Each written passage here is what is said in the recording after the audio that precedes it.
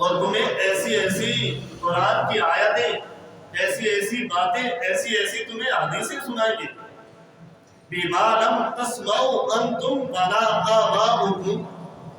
اور وہ حدیثیں، وہ آیتیں، وہ باتیں نہ تم نے کبھی سنی ہوگی اور نہ ہی تمہارے آباء و اجداد نے کبھی سنی ہوگی۔ فرمایا کہ فَإِيَّاكُمْ وَإِيَّاهُمْ، حضور صلی اللہ علیہ وسلم نے فرمایا کہ اپنے آپ کو بھی ایسے لوگوں سے محفوظ رکھنا اور اپنے اہل و عیال کو بھی ایسے لوگوں سے محفوظ رکھنا، اپنے بچوں کو بھی بچانا اور خود بھی ایسے مذہبی سکالت انجینئر جیسے لوگوں سے اپنے آپ کو بھی بچانا ہے اور اپنے اہل و عیال کو بھی ان کی بیانات سے ہمیں بچانا ہے۔ اور اسی طرح سے بے شمار ایسے لوگ جو بظاہر مذہبی سکالت کا لبادہ اڑے ہوئے ہمارے ایمان کے بڑے ڈاکو ہیں اور ہمیں ایسی ایسی باتیں سناتے ہیں جو ہم نے نہ کبھی قرآن میں وہ پڑھا ہوتا ہے اور نہ ہی ہم نے کبھی حدیث میں اس کو پڑھا ہوتا ہے۔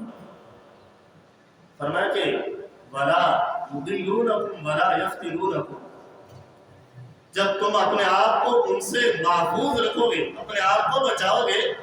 تو تم بھی ان کی گمراہیوں سے بچ جاؤ گے اور ان کے فتنوں سے بھی تم محفوظ رہ جاؤ گے۔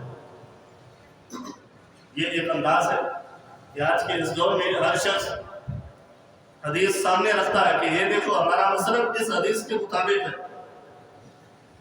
اور اسے کیا علم کہ اس حدیث کو حضور صلی اللہ علیہ وسلم نے اب ارشاد فرمایا تھا، اور اس جاہل کو یہ کہاں علم آتا ہے کہ یہ حدیث کون سی کتب میں موجود ہے؟ اگر کسی کتاب میں موجود ہے تو اس کو روایت کرنے والے کون کون تھے؟ کیا کوئی درمیان میں کوئی ایسا شخص تو نہیں تھا جو بعد میں مرتد ہو گیا؟ کوئی ایسا بندہ تو نہیں تھا جو بعد میں وہ دائرے اسلام سے بھی خارج ہو گیا ہو؟ تو جب وہ ایسا بندہ اس حدیث میں شامل ہوگا تو اس حدیث کو لینا بھی ہمارے لیے جائز نہیں۔ اور اسی طرح سے بعض ایسے احکامات تھے جو چند صحابہ دور دراز سے آئے، حضور صلی اللہ علیہ وسلم کی خدمت میں رہے، چند دن رہنے کے بعد پھر وہ واپس چلے گئے اور جا کر اپنے دور دراز علاقوں میں تبلیغ کرنے کے بعد انہیں علم نہیں تھا کہ جو ہم سن کر آئے ہیں ہو سکتا ہے وہ احکام بدل گئے، حدیثیں صحیح ہوتی ہیں،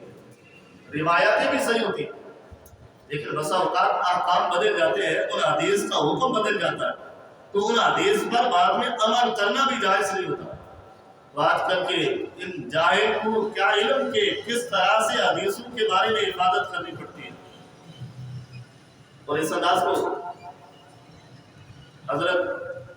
عبداللہ بن عمر رضی اللہ تعالیٰ عنہ کی اس روایت کو دیکھیں جہاں پر انہوں نے فرمایا کہ دنیا میں سب سے بدترین مخلوق وہ ہوگی کہ ان کے بارے میں یہ حدیث مبارکہ بخاری شریف میں موجود ہے اور بھی کتب میں یہ حدیث مبارکہ موجود ہے۔ فرمایا کہ قال ابن عمر جراهم شرار الخلق، فرمایا کہ اس زمین پر میں دیکھتا ہوں سب سے مخلوق میں سے سب سے بدترین قسم کے لوگ وہ ہیں،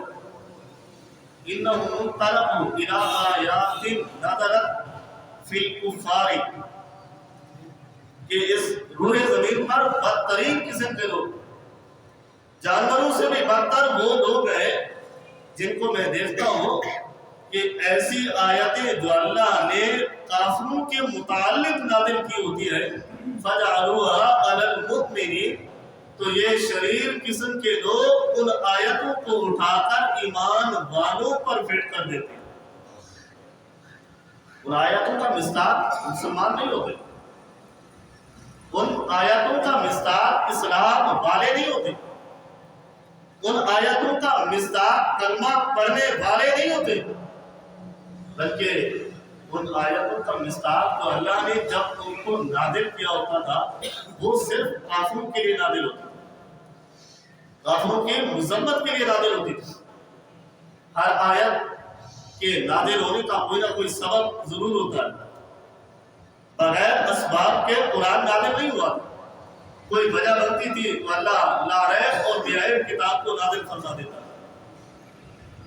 تو فرمایا کہ وہ آیتیں جو اللہ نے کفار کی مذمت کے لیے نازل کی ہوں گی تو دنیا میں بدترین قسم کے لوگ وہ ہوں گے کہ ان آیتوں کو اٹھا کر ان کا مصداق کافر ہوں گے تو کافروں کو ہٹا کر وہاں پر ایمان والوں کے لیے اسے فٹ کر دیا جائے.